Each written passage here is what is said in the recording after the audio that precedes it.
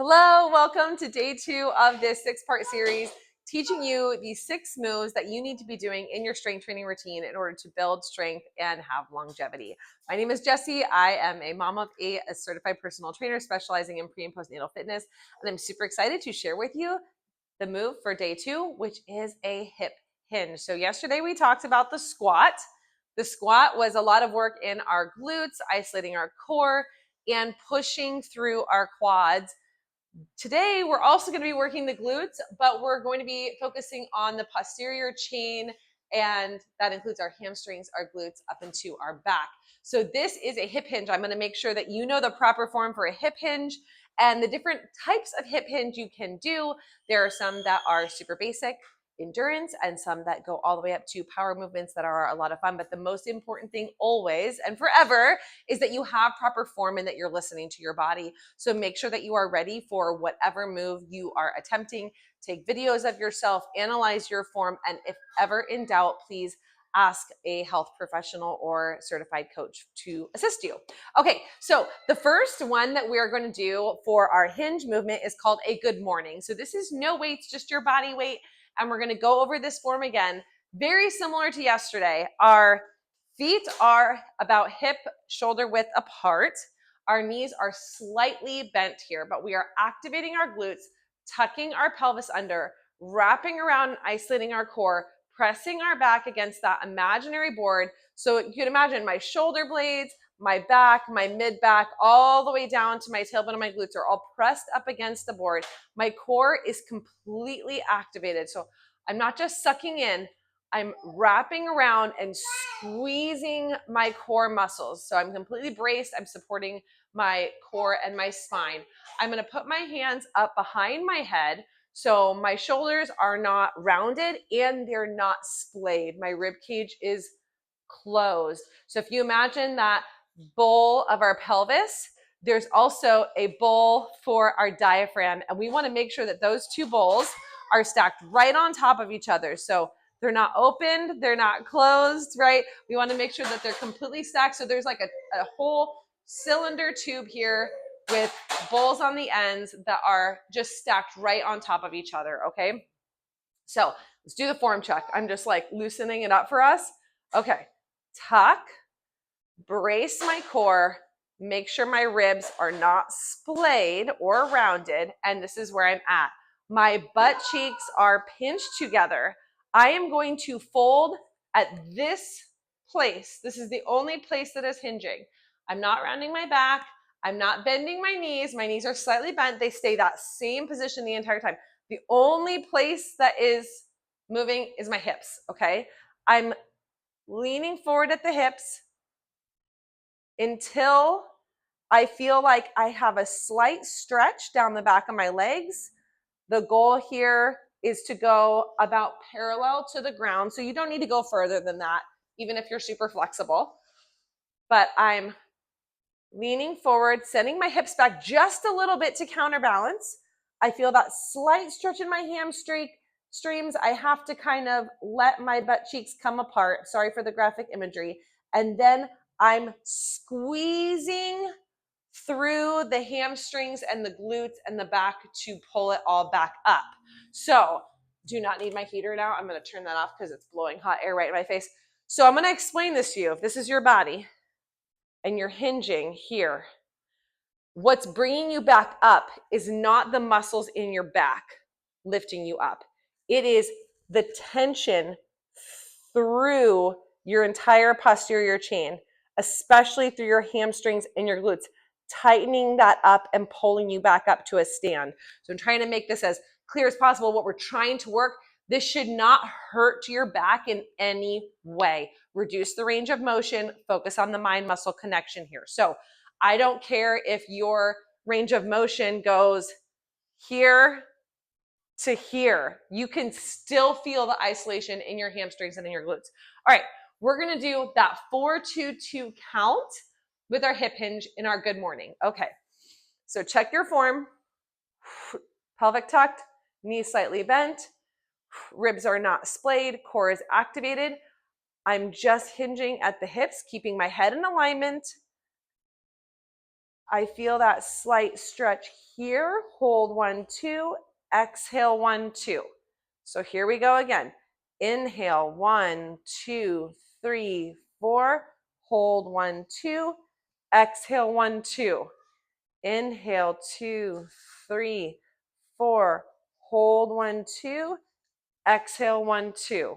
All right. So yesterday, we were squeezing our glutes at the top, but we were pressing through our quads. Today, we're squeezing up at the top, but we're pulling through our hamstrings. Okay, so this is opposing muscle groups. Both are working the glutes. So that's your good morning. I'm gonna grab a quick sip of water. I suggest you do the same. Next, I'm gonna teach you what's called a Romanian deadlift. So we're just adding weight to this movement. You can do this with a kettlebell. You can do this with 2 dumbbells. You can do this holding 1 dumbbell on either side. I'm going to go ahead and use 2 dumbbells. I'm going to grab something that's moderately heavy for me. These are 15s.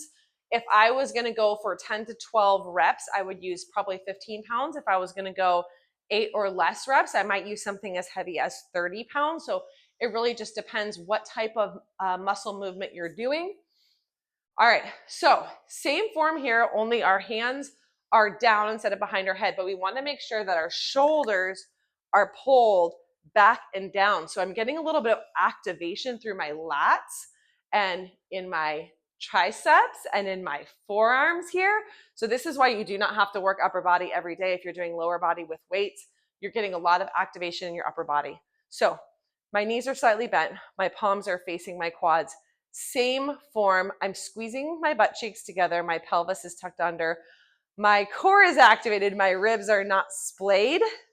I'm sending my hips back for 1, 2, 3, 4. I stop about mid shin, keeping my hands close to my front of my legs, and squeeze 1, 2. Here we go. Inhale. Sorry, hold on. I wasn't really quite set. Inhale. 1, 2, 3, 4. Hold 1, 2. Exhale 1, 2. One more. Inhale 2, 3, 4. Releasing the glutes. Hold 1, 2. Squeeze 1, 2. All right, how did that feel? That is called a Romanian deadlift. Excuse me. Still getting over that cold. All right, next I'm going to teach you a single leg Romanian deadlift. This is a great way to work the asymmetric muscle contractions. Focus on one leg over the other. You may have one leg that's much stronger than the other. So this is a way to just make sure we're balancing out our strength. So when you do a single leg Romanian deadlift, one foot is in front of the other. So my rear toe is about lined up with my front heel. I'm not putting a lot of weight in that back foot. I'm just using it for balance. I still want my hips square and turn forward. The weight is in one hand. I'm making sure that this is also squared and turn forward. I'm sending my hips back in that single pin hinge right here. Sending my hips back, knees are slightly bent, stop about mid shin, and pull up. So as you're going down, the important thing is to make sure that you're not turning. You want to keep your shoulders square to the ground and squeezing through the glutes and especially this hamstring. 1, 2, 3, 4. Hold. Inhale, 1, 2. Core is activated. So do these checks throughout your reps to make sure that you are not putting pressure on your pelvic floor or splaying your ribs or letting your gut fall out. We want to be really protecting our core and our spine in this move. This should not hurt your low back. Go lighter if you need to. You will feel your muscles working, but it should not be painful. Uncomfortable, not painful. Okay, here we go. Other leg. 1, 2, 3, 4. Hold. 1, 2. You can put your arm out. You can put your arm up by your head, on your hip. I like to put it on my hip just to remind me that that's where my movement is coming from. Here we go. Down. 1, 2, 3. Squeeze. 1, 2. Down, 2, 3, 4. Squeeze. Up, 1, 2. Another way to hold the weight, say if you want to do single leg, but maybe your core is not quite strong enough to keep that upper body square, is you can hold that weight with 2 hands, but it's still going over one of your legs and you're putting all of that weight in one leg at a time. Okay, that's your single leg RDL. Another really fun move that you can do is a kettlebell swing. If you don't have kettlebells, you can use a dumbbell. This is a more advanced move. You do not want to move on to this power move until you really have the form mastered. I'm going to use a light weight just to show you the form while I'm being super mindful, okay? Kettlebell swings are a lot of fun. If you just have a weight, just make sure your fingers are interlaced and you've got a firm grip on that. Make sure there's no kids around you or anything that can get you into trouble. Your feet are a little bit wider depending on how big your weight is, because that weight needs to go through your legs. I'll show you another grip option as well. The important thing here is that all of the momentum, all the strength, all the swing is coming from your glutes snapping, not from your arms swinging, okay? I'm gonna show you a very common mistake with kettlebell swings. It looks like this. Do not do this at home. It's a squat throw. I see this all the time. All you're doing is a squat. This is not a kettlebell swing. This is a squat and you're throwing the weight up in the air. By comparison, this is a kettlebell swing, okay? My hips, my knees stay a little bit bent the whole time, so they're soft. I'm gonna send the weight back through my legs, and what's gonna make the weight go up is gonna be this snap in my glutes, all right? Here we go. 1, 2, 3. So my knees do bend a little bit, but all of the force is coming through this snap. I'm still wrapping my core around. I'm still tucking my pelvis under. My arms do not go above parallel, and I'm not working my shoulders here. All of the height of the weight is coming from the momentum from the snap in the glutes. Let's do this one more time. My head tracks with my upper body, so I'm not doing this while, because I'm, if you're watching the video, you're swinging and watching me, you don't want to do that with your neck. So just make sure your head tracks. All right, let's do this one more time. Watch closely. Here we go. Soft bend in the knees. Glutes are squeezed. Shoulders are back and down. I have a little one coming in, so I'm making sure she's not going to come over here. And here we go. Send the weight back. Squeeze, squeeze, squeeze, and slow it down. Okay. Another way, so if you have a kettlebell, you can use a kettlebell. I do have a kettlebell right here. I'll just go over that really quickly. You just grip it a little bit differently. That's all, same thing.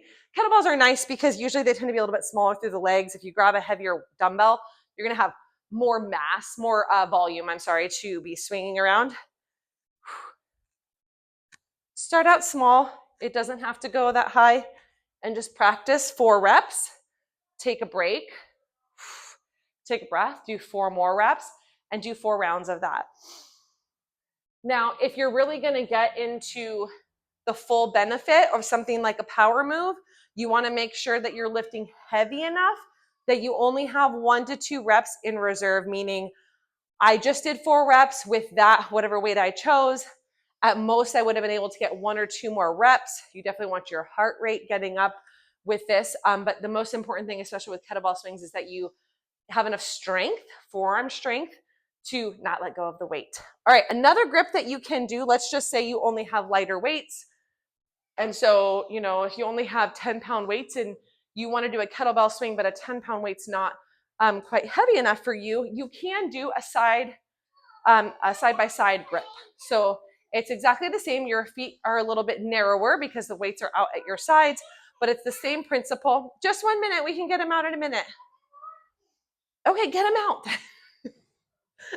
Just take it, just do it. Okay, all right, so I'm setting my hips back and squeeze, squeeze, squeeze. Make sure that your weight stays evenly distributed in your feet.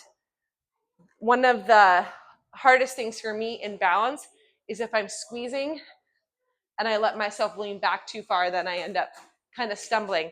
You can even take your shoes off if you want, just to get a good splay on your toes, splay your toes and really feel the ground beneath your feet, and have a really solid footing there. Okay, I'm gonna show you one more time.